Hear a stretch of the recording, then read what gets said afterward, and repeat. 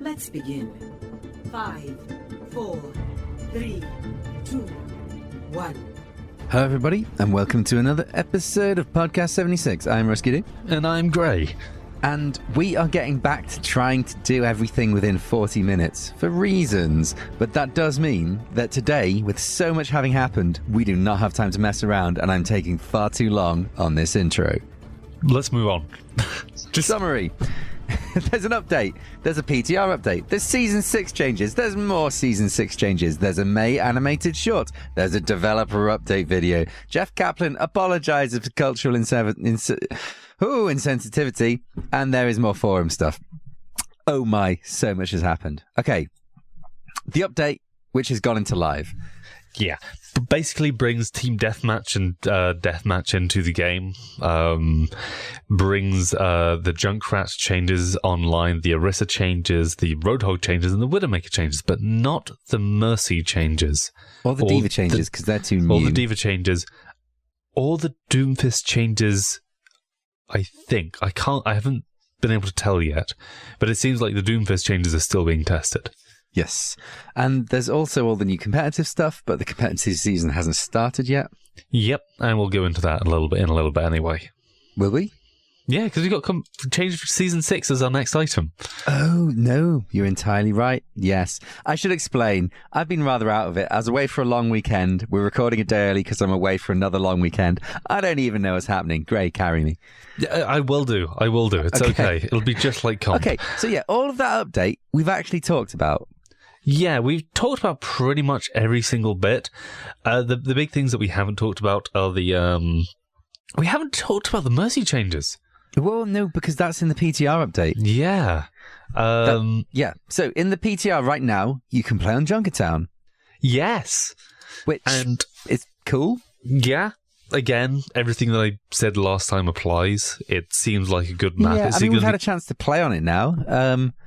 See, here's the thing, right? At the beginning of a map, I don't know what the hell's going on, so I'm just like, well, I'm running around. It's exactly how I saw it in the video. I don't know where to hold. It's all just a bit mad. Yeah, it takes a little while for you to kind of figure out where you're going, what you're doing, and we'll get there eventually. It'll be like 2-3 minutes. At some point, we should do recaps of how we feel about all the maps and all the heroes released now that we've had them for a while. We never talked about when we have a quiet week. If we have a quiet week. If we ever have a quiet week. One day. Okay, so hero updates in the new PTR update. The new D.Va is live, complete with missiles. I played a bit with her. It's all right. It's a totally bland ability. Yeah, it's such a bland ability. Here's the thing. It just brings her closer to Soldier 76, right? Yeah, I saw that thing as well. The whole, making everyone a bit more middle ground and... Oh, I didn't. Oh, right. No, someone, pointed out that loads of the changes, like the Roadhog changes, made her a bit more bland. The Bastion changes made Bastion a bit more bland. Yeah. Bland I do kind of feel like they should just bring 76's power level down and make people more interesting rather than trying to make everyone more like Soldier 76. It is a shame. It's not. Okay, so the problem is really extreme characters cause issues. So the way they try and fix characters is to try and bring them into a more of a kind of standardized form, I think. Yeah. So, yeah. Because, okay, I thought the macro missile ability was going to be you know how you're getting animes, the way all the missiles fire out to the sides and then they just kind of all launch around? I mean, I guess, but if they do that, it's going to look completely... It's not going to telegraph where they're actually shooting toward. Yeah, but with this, they just fire in a straight line, straight out of the mech. Yeah, I think there are problems with them doing the whole anime-style firing. Yeah, it just looks bland. Cool. Yeah. Using it in combat is a bit bland. It's like if you just had a button that made your cannons do a bit more damage for a bit. It's obviously different to that, but... Ugh. No, I kind of see what you mean. I do see what you mean. Yeah. And, the defense mix is still there. What I feel, though, is before, I didn't really understand D.Va that well, but I kind of I enjoyed playing her and she was still cool. Now I'm just like, I don't know. Maybe that's just my feelings right now. Maybe they'll change. Maybe. I don't think they're invalid. Because I do think, well, the thing is, what I do like about the changes is it makes the defense matrix usage a lot more interesting and impactful, because you have to do it correctly in order to make any use of it. Yeah. Like, in fact, one thing I should mention that I tried with D.Va was the whole, like, go a bit aggro and then defense matrix while you walk out. And I went a bit aggro, then I couldn't defense matrix while I walked out because the thing was over so fast. Yeah. So, in fact, maybe that's just it. Maybe I just need to get used to this new kind of snipey playstyle that D.Va has. Maybe. I think she's going to just play a bit more like Monkey. Yes. Probably. Dive on one person, do a load of damage, get out. Yeah. That's okay. It's okay, but we have a Monkey. Yeah, it does bring them a lot closer, the whole kind of like dive the tank playstyle, thing. yeah. Yeah. Oh, well, yeah. we will see. We will see. Okay, yeah. The Mercy changes. Yeah, no, the Mercy changes are pretty damn big. Her ultimate ability is no longer to resurrect people. That is now a normal ability. Oh, that only works on one person. Yeah, it works on one person. It's on a cooldown, a long cooldown of 30 seconds, which resets when you die. So what I really like about this is it makes the whole resurrect thing, again, is a much more skillful thing of you really have to pick and choose who and when you're using it. I'm not sure it is more skillful. Do you think you're just going to use it on whoever dies first and just try to keep it up all the time? Well, yeah. Maybe. I mean, why wouldn't you? Well, like, I'm wondering... if you go into a team fight 6v5, you're going to lose. But if you go in and like you bump up that player again, then you've got a much better chance. Like, the earlier you use it, the better, essentially. Maybe it will just be that simple. I was really kind of hoping it might be a sort of a thing where you had to pick and choose who you're rezzing and you got to think like about it. This isn't my idea. I was watching like a video on the new update and someone was just saying like, there's like no decision making to Mercy anymore. You literally just hit your ability as soon as you get it and they're great. And you do that with everything. Oh. And like the Valkyrie thing, like it's crazy good, right? I mean, yeah. So her ultimate ability is Valkyrie, and basically she just becomes mega Mercy. Her healing staff just chain heals people. So if you're healing someone, there are people standing nearby that person. They all get healed or damage boosted, and which massively dunks on both Orissa's and Anna's ultimate abilities, right? Yeah, like, kind of. If you're like hitting a point and everyone's on the point, and you just Yeah, and you also get this sort of the D.Va style flying movement, for the like 30 seconds, so you can just kind of fly wherever you want. It's not D.Va style; you can just hover there as well, right? Oh, you can just hover there. Well, yeah, if you stop moving, but otherwise you just like you look and you go. Yeah, exactly. Yeah, it's really strong. Yeah, I quite like it. I think. I didn't perceive that there was going to be this kind of lack of like decision making almost. I was really hoping it was going to be the other way, where now you had to make more decisions about when to use or hold your res to make sure it's super impactful. But if it's just going to be something where the best thing to do is to hit it as soon as you have it. Yeah, of course. Because if you have an extra person in a team fight, then you just win, right? That's just sad, because she's also a really strong healer, so she's just going to get run 100% of the time. Well, I mean, if they don't change it, I suspect... Right, here's my thinking about how they're running this. When they change a character as popular as Mercy, a load of people are going to shit the bed.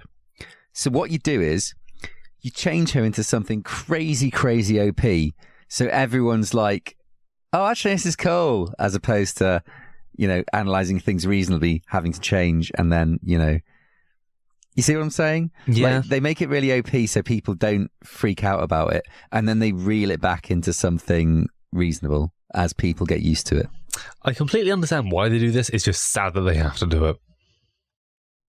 Well, I don't know 100% that's what they are doing, but Kind of seems that way, because that's kind of like what they're doing with Doomfist as well, because the last couple of heroes they've released have kind of flopped. Yeah, they kind of squibbed. Yeah, and I feel like they're trying to make sure, make sure they're impactful first, and then we can bring them back and find a good place for them. I was thinking that's just due to the nature of the heroes, that they're really rather niche. Yeah, I don't disagree. I think they may have a slight false positive in terms of... both Orisa and Sombra are very situational. Yes, and also both of them can be really horrible to play against. Yes. But again, Doomfist is horrible to play against, so... I don't find him that odious. You don't find a lot of things odious. Yeah, I guess maybe that's the case. I just kind of go, okay, sure, and get on with it. It's a challenge. Anyway, Reinhardt, Barrowfield, you can look around. Amazing. I thought you'd be way more excited than that. But I really, really am. But I didn't we talk about it last week? No, we didn't. Did we? Did we not talk about rear view mirrors on Reinhardt's?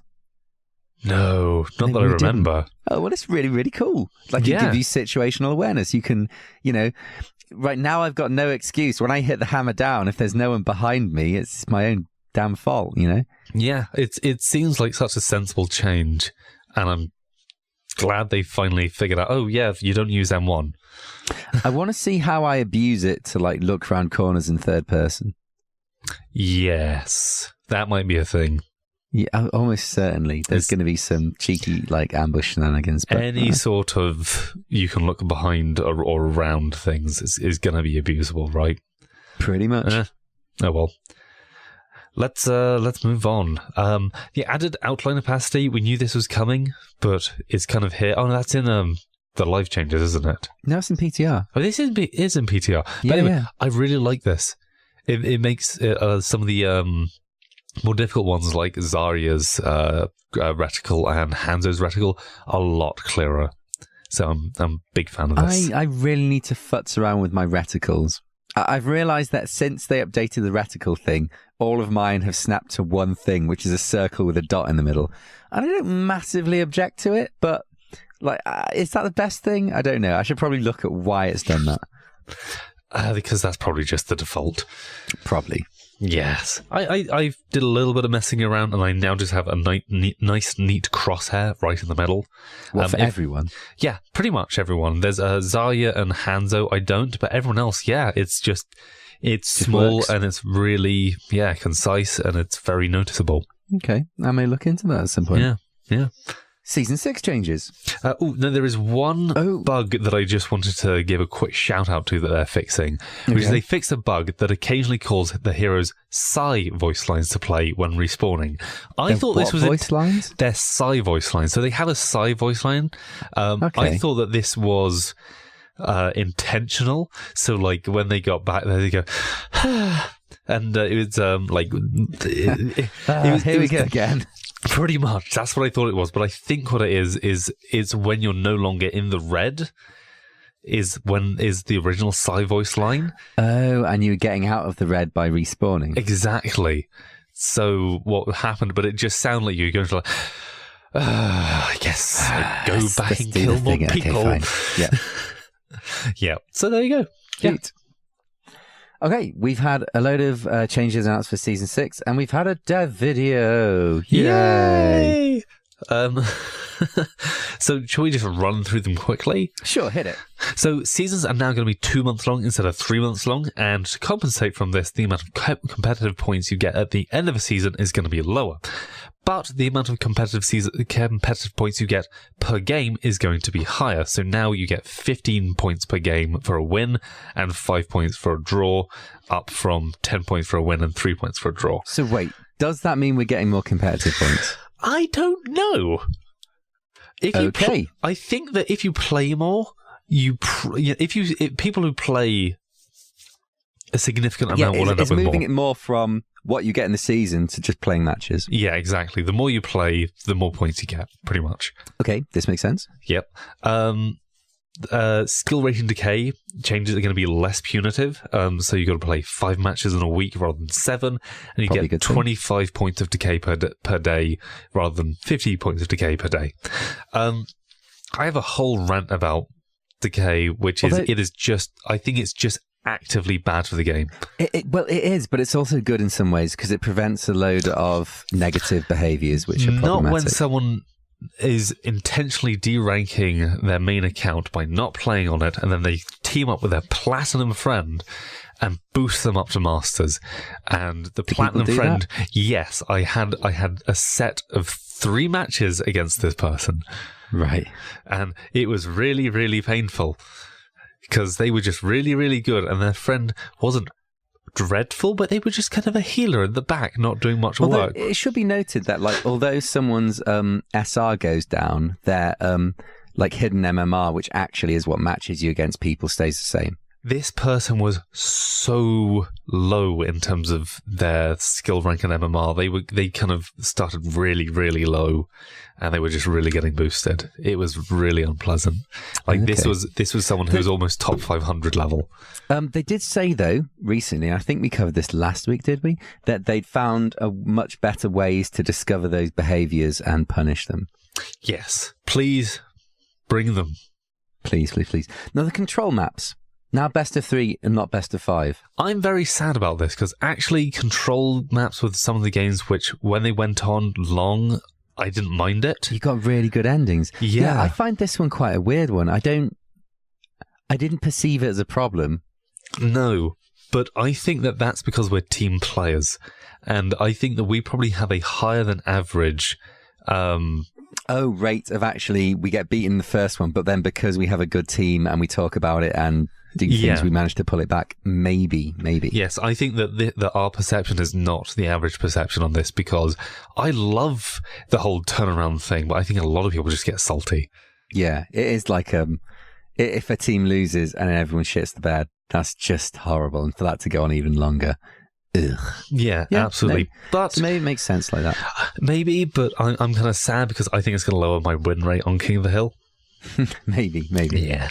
Oh well. Placement matches should now lead to more accurate skill ratings. So, for the previous couple of seasons, what happens is when you do your placements, they intentionally place you slightly lower so that then you can have the experience of climbing back up again. So you get the experience of climbing. I hated this so much. I agree. I've always thought that this is a bad idea. The reason I hated it so much is because, so you get this massive SR boost on your matches straight after your placement matches, which means the matches straight after your placement matches are super stressful. Because if you're just having an off day, then you lose all that boost, you've placed low, you've stayed low.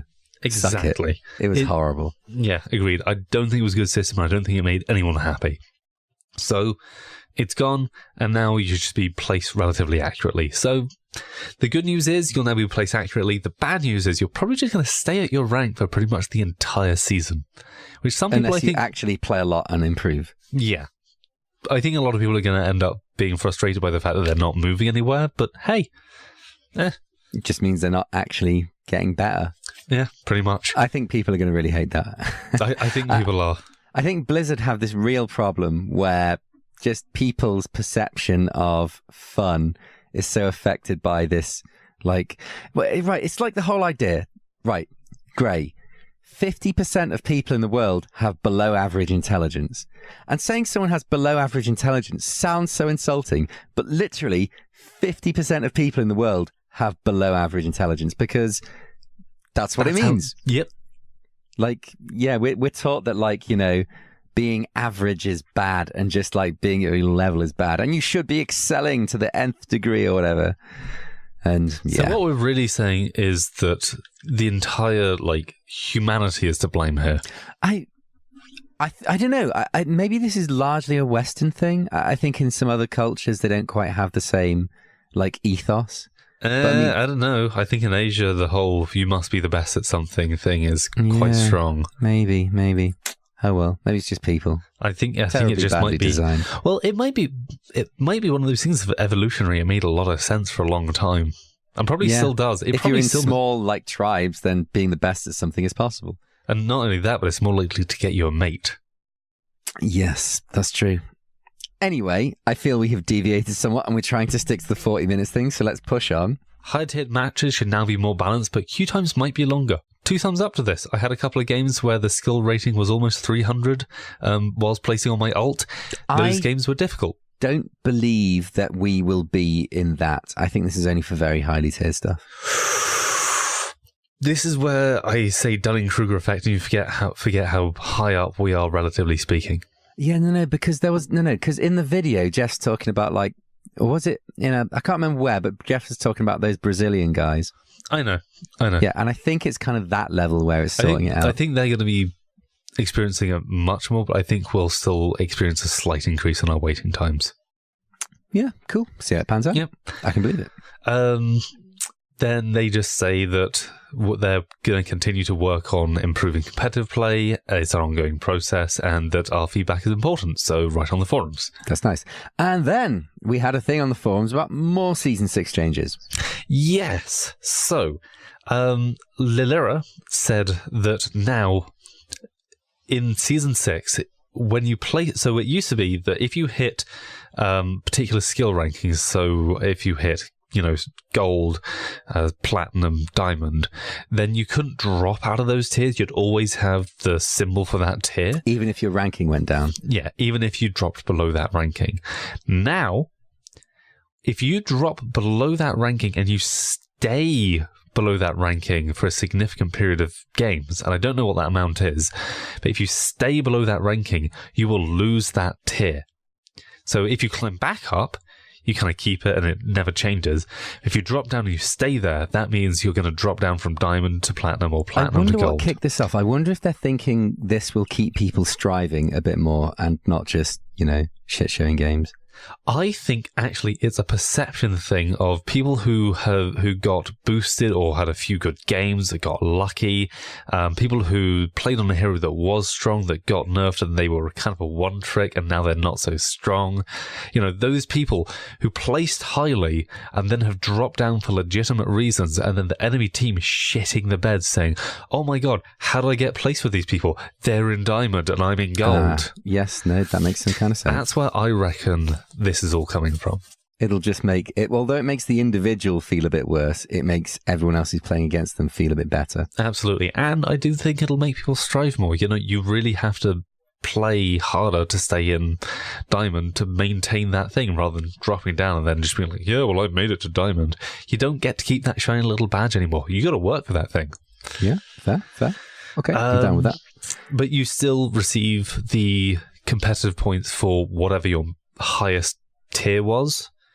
So if you get into diamond, even if you drop down to gold, you'll still get diamond competitive points at the end. Maybe there's like part of the reason that they're shifting the onus on competitive points to how many games you win, because it means that actually playing and winning games gets you stuff, as opposed to like really try hard to get into that upper bracket and then just do whatever. Oh, that makes a lot of sense as well. Maybe that's part of their decision. They're also adjusting the calculations that determine how much skill rating players will gain after win and after loss. Yes. So hopefully it's going to be... So in a stream, and we talked about this last week, one of the devs talked about how being a one-trick and playing off meta heroes could affect your skill rating gains. It never did as much as people thought. I know, but I think that what they're trying to do is they're trying to adjust that there was some underlying mechanism that was having that work, and what they're trying to do, I'm assuming, is move it more towards, just win or loss. Yeah, maybe. Well, let's hope so. But we'll see what happens on that front. Absolutely. So yeah, there you go. That's season 6. Yep. And moving on, we have the May animated short has happened.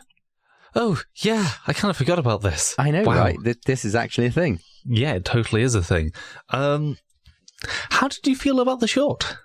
I felt it was all right. The tear-jerky moment, I was a bit like, huh. I don't know. I don't really think I felt that much about it. I was kind of annoyed by it.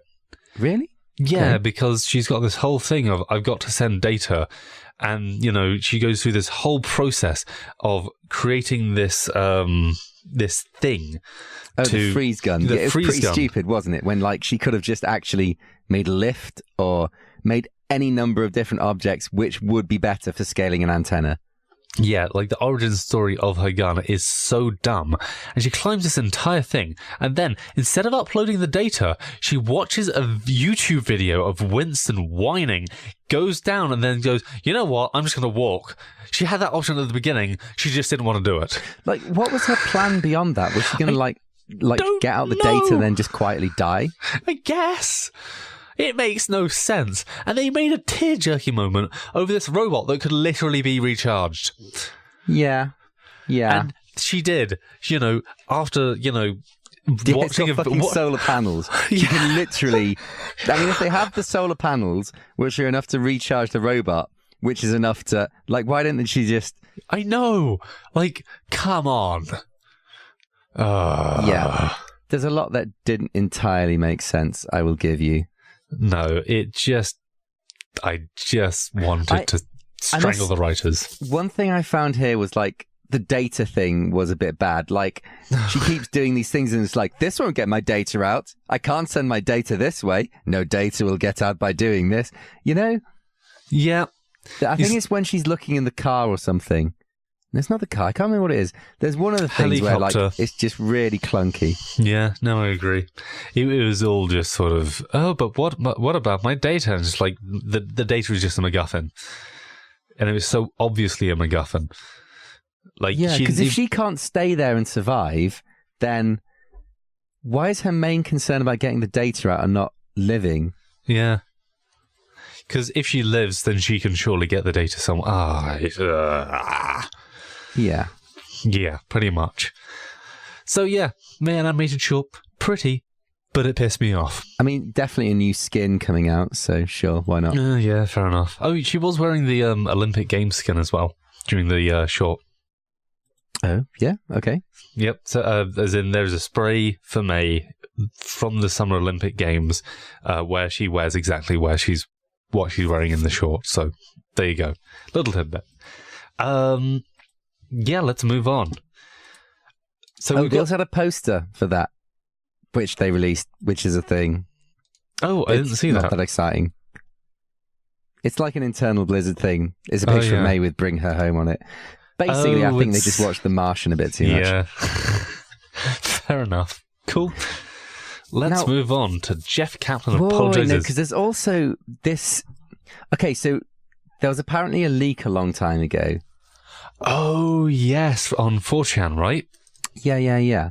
But here's the thing, and this is it. I think, I can't prove this, but I'm pretty sure that the image for the leak has been changed. Maybe. Because I don't remember all this stuff when I originally saw this leak. I don't remember either. So, I saw that everyone was like, oh my God, this 4chan post was so right. And then I look at it and that's not what the 4chan post was. I'm pretty sure that's a different one. And I kind of did a bit of digging around, but I couldn't find anything to substantiate this. You should just look back through our show notes, because we linked to it in a previous episode. Yeah, we linked to it, but what if they changed it? Well, no, but our link is to a screenshot. It's not of the original thing. So we'll have a screenshot on Imgur. Okay, so that...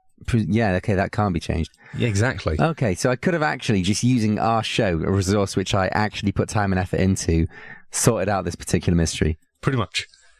You even have a fairly good date for it, because we knew it was before we knew it would have been back in November of last year. Okay, we'll look that up after the show. Yeah. Sweet. Oh no, it would be 10th of January. American dates. I find them confusing. Okay. There was a developer update video talking about the Mercy changes and the D.Va changes. Yeah, Jeff Kaplan goes in. Kaplan goes into the reasons why they made the changes and kind of what they mean and things. And you should watch it because Jeff Kaplan.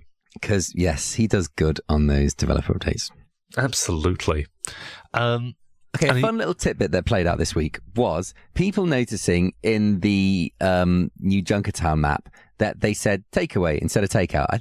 We talked about this last week, right? Yeah, we did. Okay, well, they've changed it. For the map that is in the PTR now, it says takeaway. 2 thumbs up. Yay, they get stuff right. It's the little things. I know, right? And finally, forum stuff. Yes. We have a post of Jeff on reporting. We have Jeff laying the smackdown. We have some stuff about Battle Mercy. And we have D.Va's rocket stats. Yes. Shall we start about reporting? Yes. In fact, this is the big old post that I was talking about. Yes. Do you want to take this away then, since you were already talking about it? No, because I can't remember what's in it precisely anymore.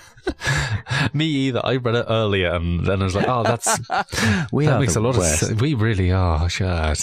But anyway, the big point is Jeff talks about how the reporting system is currently one of their big focuses because they're noticing that a lot of players are having problems. And they're talking about moving. So a lot of people have been like silenced, and a lot of people have been, muted from games and given suspensions, but very few people get banned. And they've been trying to kind of quietly punish people so that they're no longer kind of participating in the community because they keep getting silenced or they keep getting suspended, but not actually kicked out from the game. And it seems like they're moving from, right, we're going to keep people quiet and try to make sure that they don't have an impact on the community, to, you know what, these people really are making the game worse for other people. People are going to stop playing. We're just going to start kicking these people out. Yeah. And it's kind of leads on to our second thing here about Jeff laying the smackdown. Because, okay, someone posts on the forums that like, hey, I didn't do anything wrong and now I'm getting banned. What is this? And Jeff goes through, like, looking at their IP and saying, like, so many complaints have been logged against you. You've had so much time silenced. You are clearly a bad person for the community. Now, interestingly, there was backlash from the community about this, saying, this person is clearly terrible. Why on earth have they only just got banned? And Jeff's counter response to that was, yes, this was bad. We dropped the ball. We are fixing it now. So, overall, kind of positive, but yeah. Yeah, it's one of those things that I think what this goes to show is that the community feel on this was correct in that they felt like Blizzard wasn't doing enough. They really weren't. And it turns out they really weren't. I just really want Blizzard to like just lay the smackdown so hard on people who like use chat to abuse people, to just insult other people. Like, I just don't see how my gaming experience is at all benefited by someone who's just going to be mean to other people. Like, yeah, just get rid of them. I'm absolutely down with that. I just think that they need to be... I mean, it just surprises me that they haven't already decided to be stronger and tougher on these things. But I do wonder if it's one of those things that at the moment is worse than it has been because of other factors. Maybe. In fact, here's what I really want. I want a thing where I can highlight a bit of chat and just click report on it and just send that bit of chat to Blizzard. Yes, that'd be really good. That's all you need, right? Like if someone's like saying like shitty stuff, just highlight the text, click on it, send to Blizzard. Boom. That will get people like sorted really fast. Well, yeah. I mean, would it? You'd probably need like a lot of people actually reading through it to actually, get it right and actually do the bans to make sure that it is abusive in some way. Yeah, I'll be interested to see how this all turns out. I really hope that they do have this figured out. Yeah. If it only like, shocks people into like realizing, wait, these are people on the other end of this, so maybe I should be a little bit nicer. That's good enough for me. Yeah. Yep. Yeah.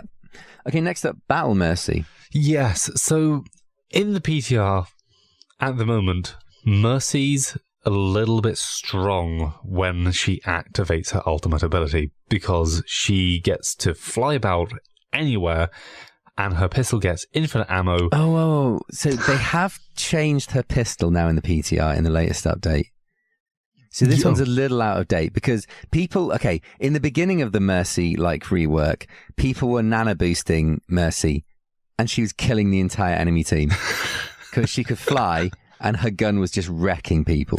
Yeah, she was. I mean, it's very difficult to kill someone who basically has fly hacks.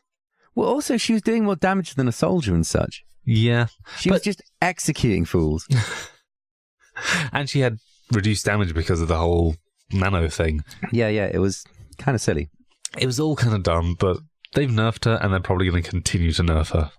Yeah, that is my distinct suspicion. Yes. And finally, this is like a little bit late now that you can actually play D.Va and actually check out the stats for yourself. But I think the numbers are still interesting on what's going on with the rockets.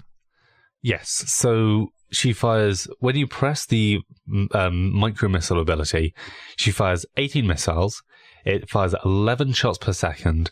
The explosion damage that has damage fall off is 8. So that's 8 times 18. The impact damage is 4. So if you direct hit all of them, it's crazy. Yes, it's an extra 4 damage per rocket. And the rockets have a 1.5 meter radius, which is, and for comparison, Farah's rockets have a 2.5 meter radius. And so it's really tight. Yeah, it's quite a tight little cone, but I think that if you're unleashing a little barrage like this, which is basically like Farah's ult, just not, and kind of better in some ways, so you can move, and you can defense matrix at the same time. Oh my god, she's just better than Farah now. Well, I wouldn't quite get that far. So yeah, that's interesting that it gives D.Va some like range. Yes, like these things. I mean, from when I tried them, I didn't like properly test it, but they seem pretty damn accurate. Yeah, they're like against a non-moving target. Boom. Yeah, you'll wreck a non-moving target. I just imagine that you won't actually have that as much. I imagine a lot of them are going to miss because it's going to be one of those things if you're essentially doing a tracking projectile, and that is quite difficult. But I mean, people are going to get crazy good at them. I can't wait to see like what the pros do with this. The pros are just going to wreck everyone. Well, unless they're like, D.Va isn't good enough, and then just D.Va doesn't get played. Yeah, it's somebody one or the other. Possibility. Because, I mean, the reason D.Va got so much play was because of the Matrix. Yeah. Like, she was just used as a Matrix bot, essentially. Pretty much. You just protect a monkey or, a soldier who's ulting or anyone, and they just do loads and loads of damage and can't be killed. Yeah. I don't know how it's going to play out. Interesting. Anyway, that's kind of it. And we've kind of come in under the 40. Do you want to talk about something else? No. Let's just let it coast. That's fine. Cool. Anyway, we'd have to, like, whatever the other topic was, we'd have to clear it out in 3 minutes, which I think is a bit stressful. That's fair enough. Yeah. Cool. Well, I've been Grey. And I've been Ruskeydoo. And we'll see you next week. Cool. Catch you then.